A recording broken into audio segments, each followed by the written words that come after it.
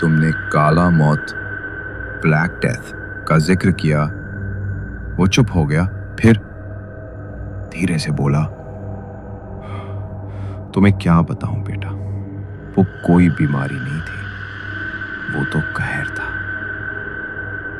खुदा का गुस्सा या शायद इंसान की सजा। सब कुछ एक जहाज से शुरू हुआ। दूर देश से आया था और साथ लाया था एक अदृश्य शैतान।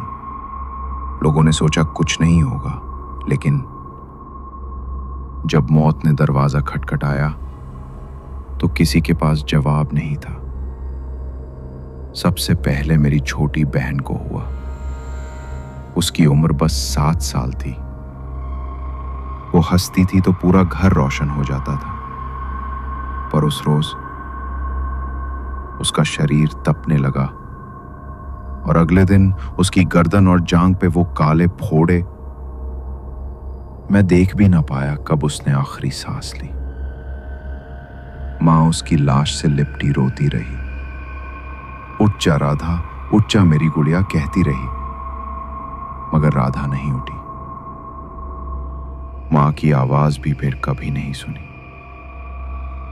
2 दिन बाद वही हाल उसका भी हुआ। पिता ने उन्हें खुद दफनाया। हाथ कांप रहे थे, पर आंखों में आंसू तक नहीं बचे थे।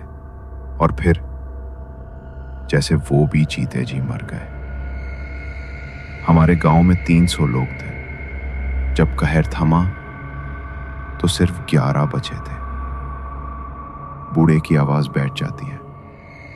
वो कुछ पल चुप रहता है, फिर टूटी हुई आवाज में आगे कहता है, हर रोज लाशें उठती थी, इतनी कि कंधे कम पड़ गए।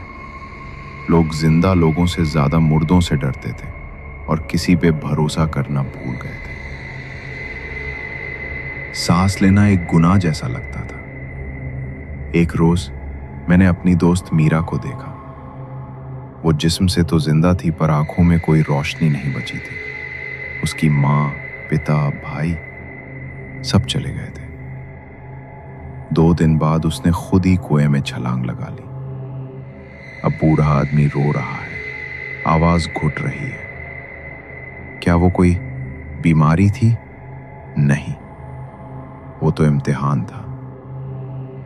इंसानियत का, सब्र का और खुदा से आखिरी उम्मीद का।